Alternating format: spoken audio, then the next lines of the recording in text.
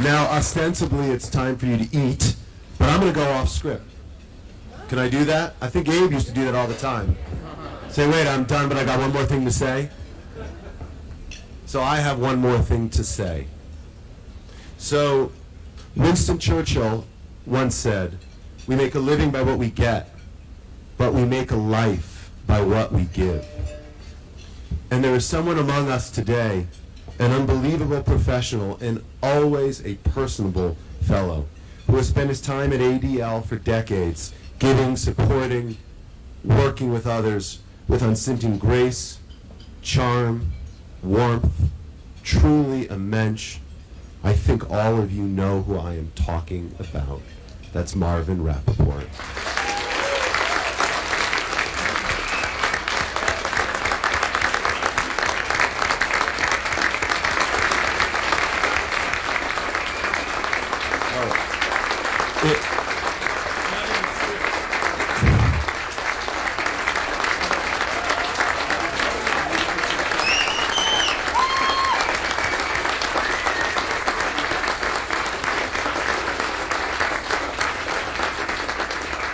It's not over yet.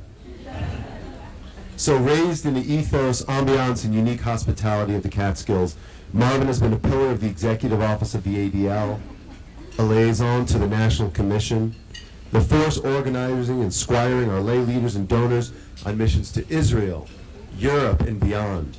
I would venture to guess that there isn't a single person in this room who hasn't been personally touched by Marvin Rappaport. And you all know this, and you see it around you. How many of you commented on how terrific the program was yesterday? How many of you commented today how great the program has been? Folks, look behind me. And that's always been the case for myself and for Abe. Look behind us. It's Marvin Rappaport. So inasmuch, Marvin, as you're the consummate, organized, committed professional, it is family, the ADL family, those of you in this room, our colleagues and peers back in the regions who have always been of the utmost importance to Marvin. He is always there, attentive to your needs and interests. You know, I relate to Marvin, I think, because he hasn't just spent his life at the ADL. He worked in government, in the halls of power in Washington, D.C. He's worked in business, in the cable industry, and he just brings this rich, diverse perspective. And again, a diligence and a dedication that's unmatched.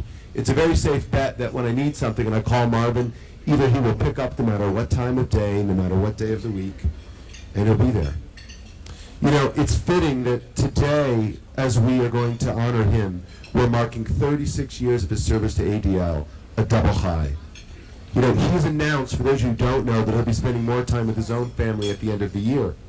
So I'm going to say, as he prepares to rejoin his family, I'm going to remind him that, Marvin, we will never let you leave the ADL family.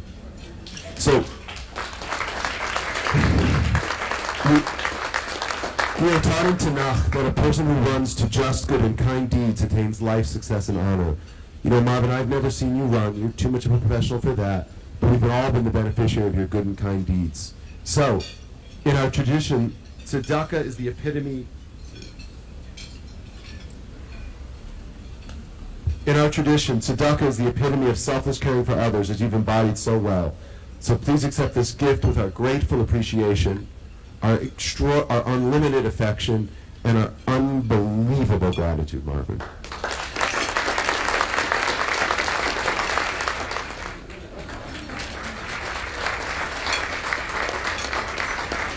Wow.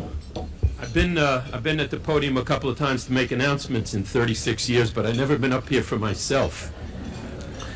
I just want to share a couple of thoughts as I say thank you. First of all, it's not in the script. I didn't know we were doing this, and I appreciate it. I'm verklempt, as they say.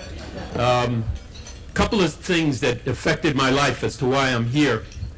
When I grew up in the Catskills, most of you know, when I was a young boy, in my grandparents' dining room, a woman came in with a tattoo on her arm. I turned to my father and I said, "Dad, what is that?" Is this on? Yeah. I said to my father, "What is that?" He said, "Son, sit down. I have to explain something to you. Why I spent 3 years in Europe fighting and what happened during the Shoah." And he said something to me at the end that I will never ever forget. It could happen here. And I was shocked. I said, Dad, what are you talking about? He said there could come a time when Jews are again the victims that they were in Europe, and you should always, always guard against it. Flash forward 20 years. I left Capitol Hill, and I decided I wanted to do something different. And I called Irving Shapiro of blessed memory, a member of this National Commission for 25 years, who recommended that I look up ADL when I got to Washington. And I said, Irving, there's an open in the Washington office. What do you think? He said to me, you're looking for a job? He said, if you're looking for a job, I'm not going to recommend you. If you're going to take a year or two and you're going to do something else, don't do it. If you're looking for a mission, if you're looking for a calling, if you're looking for something that's going to change your life and you're going to commit yourself to, I'll make the call. That was 36 years ago, and I'm still here. Thank you. The last piece. In all of my interviews to come to ADL, I never met a guy named Foxman. Within a week of Lenny Zakem starting, I signed up. I went to the Plaza Hotel, and I got in an elevator. And I'll never forget, Abe steps into the elevator. He said, you must be Rappaport. I said, you must be Mr. Foxman. He said, I'm coming to Washington next week, and I'd like you to set up some appointments. I set him up from 8 in the morning till 8 at night. We ran around, and he said, I like you, and I'd like you to consider coming to work for me. And again, that's my 20 years, over 35 years that I've been working with Abe. Thank you for everything, Abe. I really appreciate it.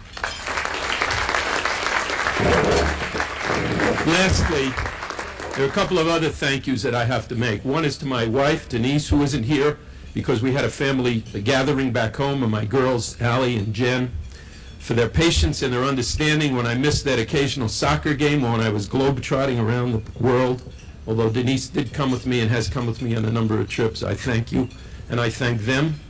I also want to thank my team. I came back 10 years ago to work in the leadership executive office, and Lauren and Romy and Anthony and Dwayne, who's not here, have been my life support, and I absolutely thank them for everything they do for me.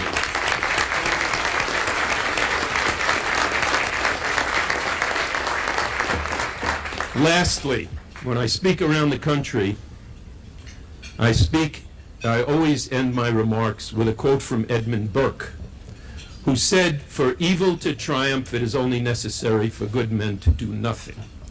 If all of my years and all of our work and all that we do together supports the proposition that men and women of goodwill can make a difference, we can make a world of difference. I thank every one of you and every one of my colleagues and every one of our leadership around the country that I embrace, that I hug, and that I appreciate. I love you.